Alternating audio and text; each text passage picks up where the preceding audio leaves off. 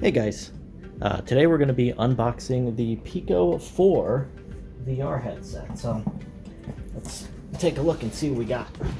Put that over there. You can see the packaging is very reminiscent of the Quest 2 with the sleeve and advertising different apps and games on the back. So there we go.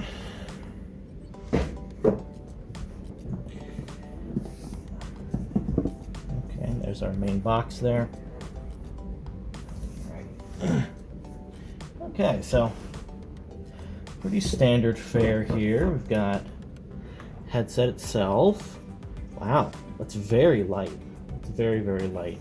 Got a little tab on here. So here's our adjusting knob, right? They got the adjusting knob here, so you can change the tightness of it. Of course, got the lens covers there. Now this is what I've been looking forward to. This is really interesting. So you'll see that unlike the Quest 2, the Vive Focus 3, and other similar standalone headsets, the Pico 4's tracking ring kind of curves around the front, which I believe is to help with occlusion issues. Because then if you have one hand in front of the other here, that'll help with the occlusion.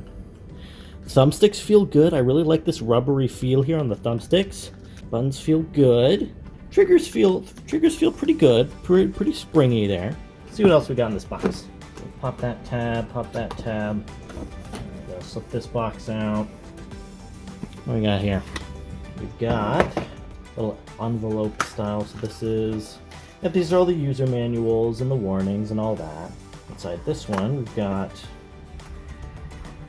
Okay, we've got the glasses spacer, so similar to the Quest 2, they do have the spacer here. Interestingly, though, this appears to have a magnetic interface. So instead of it snapping into place with little plastic teeth, it'll snap on there with plastic. That's really nice. And then you got the nose piece there. So this nose piece goes on the headset itself. Is this an extra one, or is it? It's not an extra one. So part of the setup is to put the nose piece on there. All right. So we'll do that. And of course we got. So here are the wrist straps for the controllers themselves. Got a regular old chargy brick. Now of course, this is not the US style of charge of brick here, but it does just output as regular old USB-C, so it's USB-C charging, so that's not a problem. Got the charging cord itself. It's not terribly long. Another look at the headset itself. You see it's got the classic 4 tracking cameras, but it's also got this center camera here. So I believe this camera is the color pass-through camera. So these ones, if it's anything like the Quest Pro, these cameras are still just in regular old black and white, so this is what handles all of the 3D tracking. And then when you're doing pass-through, it uses this camera, right? Feeling the plastic, not the plastic, but the foam interface here, feels pretty good, feels pretty plush. The cushion on the back feels pretty good as well. This thing is light. This thing is really light compared to some of the other headsets, so I'm interested to see how it feels and how it plays. Right. Another kind of telltale feature of Pico headsets is they have a heating vent right here. This is a heat relief port right here.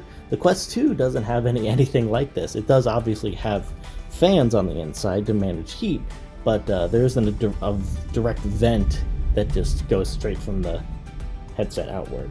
That's pretty neat. Oh, and there's one on the top. There's a big one on the top there. And I believe these on the side are the internal speakers built into the head strap itself. Pretty standard.